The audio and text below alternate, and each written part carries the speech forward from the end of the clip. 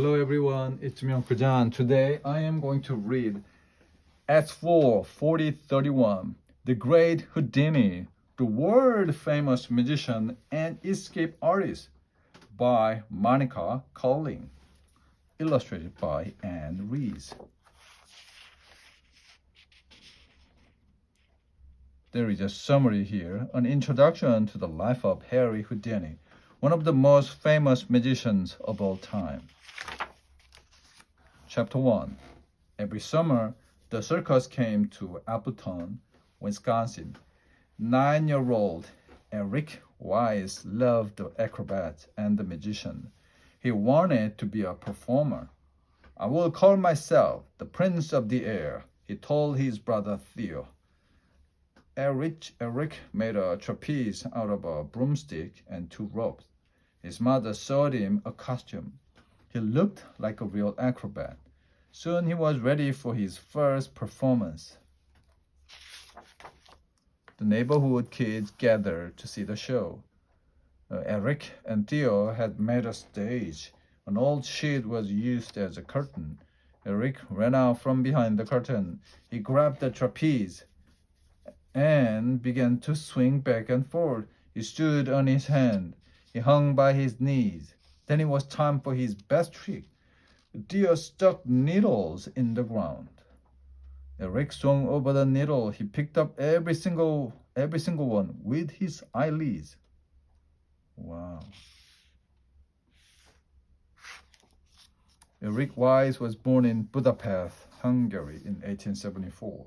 Soon after, the whole family moved to America.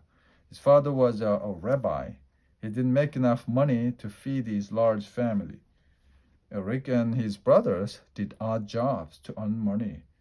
Eric ran errands, sold newspapers, and shined shoes. He decided to quit grade school. In those days, there were no laws to make children stay in school. Eric needed to help his family. He got a job in a locksmith's shop. Eric learned to take locks apart and put them back together. He also learned to open locks by using a pick made of wire. Soon he could open any lock in the shop without a key. Chapter 2. Eric was fascinated with magic. He read every book on magic he could find. He learned coin and card tricks. He even learned how to escape after being tied up with rope. One of Eric's favorite books was about the French magician Jean-Eugène Robert Houdin. Eric was thinking of him when he made up his stage name. He added an I to Houdin. Then he changed his nickname Eric into Harry, and so Harry Houdini was born. While still in their teen, Harry and Theo put together a magic show. They called themselves the Brothers Houdini. They pulled the coins and cards out of thin air. They turned the candle flame into a handkerchief. Harry practiced his hand movement for hours on end. "Quicker than the eye can see," he told Theo. The brothers Houdini always saved the best trick for last. It was called metamorphosis, which means change. Harry would change into Theo. Harry tied Theo in a sack. Then he locked him in a trunk. He placed the curtain in front of the trunk. Harry went behind the curtain. At the count of 3, the audience saw Theo move the curtain and Harry jump out of the trunk. The trick was so quick, people couldn't guess how they did it. They took their act on the road and ended up in New York City. Harry and Theo got a job performing at an amusement fair on Coney Island. Here, Harry met Beth Rayner. She was performing in a song and dance act with a sister. Harry and Beth fell in love. They were married in 1894. Beth took Theo's place in the act. It was the end of the brothers Houdini. Theo went on performing as a solo magician. He called himself Houdin. but he never became as famous as his brother. Chapter 3. Harry and Beth struggled for years to find work. Finally, the Welsh Brothers Circus in Pennsylvania gave them a 6-month contract. The Houdinis put together some new tricks. They added touches to their famous metamorphosis illusion. Harry entered the trunk handcuffed. Beth emerged from the trunk wearing Harry's coat. Harry's ability to pick locks came in handy for handcuff escapes. He also knew that some cups opened when they were hit on a hard surface. He tied a piece of metal to his knees, hidden under his pants. When he smacked the cups against the metal, the cups magically snapped open. Soon handcuff tricks were a regular part of Houdini's act. He always escaped easily, but the audience never seemed amazed. "I don't get it," said Harry to Beth one day. "I'm locked up tighter than Fort Knox, and I burst out in second and make it look easy."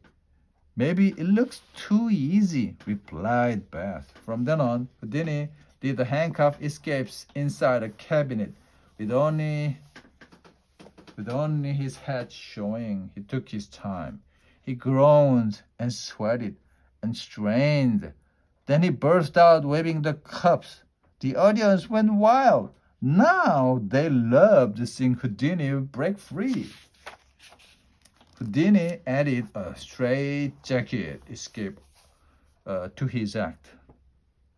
Straitjacket has a very long sleeves. It is put on backward. The arms are crossed in front and tied behind. A belt is buckled around the waist. The escape was hard work. Houdini had to undo the buckle from inside. He had to get the sleeves over his head. For almost anyone else, it would have been impossible, but not for the great Houdini. Once the straitjacket escape took Houdini over an hour. He rolled all over the floor. He jerked and wrestled with the jacket. When he was finally free, Houdini's body was bruised and sore. "The pain and agony of that struggle will live forever in my mind," he said later. Houdini spent up to 8 hours a day working on new escapes. But no matter how hard he worked, Houdini was not yet a star. And that's what he wanted most of all. In 1900, Houdini bought 2 steamship tickets. He and Beth were bound for England. They hoped this move would bring the stardom Houdini was seeking. Chapter 4. Houdini and Beth didn't know anyone in London. They had no bookings. They had only enough money to last them 1 week. Houdini went to every theater looking for work. Finally, C. Dundas Slater, the manager of London's best music hall, booked Houdini for a week. But soon, they were out of work again. There were too many handcuff escape artists in England. "Now, if you could break out of cuffs from Scotland Yard," Slater told Houdini, "I could give you steady work." Houdini never let a challenge go by. He was ready and willing to try. The Scotland Yard was the headquarters of the London police. Criminals knew that it was impossible to break out of a jail cell in Scotland Yard or to crack the cuffs that were used. But Houdini knew that 2 keys could open most British cuffs, and he owned both of them. Houdini was handcuffed to a stone pillar inside a cell. He was checked for hidden keys, but the police could not find any.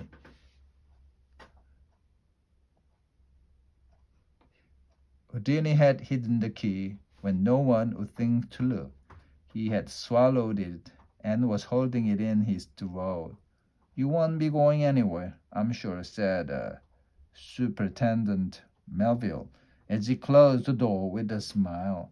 But Melville was wrong. In seconds, the handcuffs clattered to the floor. Houdini was free. It was unbelievable. The Houdinis got a 6-month booking. The show sold out every night. Houdini became the talk of London. When the 6 months were up, Houdini got work in Paris, France. He came up with a dangerous stunt to get people's attention. He would jump into the river Seine, handcuffed. Large crowd gathered. Handcuffs were locked on Houdini. His wrists were chained. 2 men helped him climb a ladder to the highest pillar on the bridge. Houdini balanced on top of the pillar. Suddenly, he threw himself into the muddy river. The waters closed over him. Seconds went by. The crowd held its breath. Then Houdini popped up, waving the cups. He had done the impossible once again. Houdini and Beth toured Europe for 5 years. The shows became more and more popular. When he came back to America, Houdini was world famous. This is the Brooklyn Bridge. Chapter 5. Houdini bought a huge house in New York City. It had 2 rooms just for his library. He had over 5,000 books on magic. Houdini was a big star now. He took his show across the country. He toured from Boston to New Orleans to San Francisco. In those days, there was no TV. Today, when a magician such as David Copperfield goes on TV, he becomes famous overnight. It took Houdini years and years of traveling and performing all over the world to become famous. Houdini was not the only escape artist touring the country. He needed to keep his show exciting. He wasn't going to be second to anyone. Houdini came up with a new underwater stunt. He called it the water torture cell. A glass cabinet full of water stood on the stage. It looked like a phone booth. Houdini's ankles were locked into a wooden brace. He was then lowered into the water upside down. Cavity was locked with a steel lid. A curtain was pulled in front. 3 minutes later, Houdini was free, but the cavity was still locked. How did he do it? What a torture cell escape was Houdini's most famous stunt. He never told anyone how he did it. He liked to keep his secrets to himself. Chapter 6. Houdini had always kept himself in great physical shape, but now he was over 40 years old. The escapes were getting harder to do.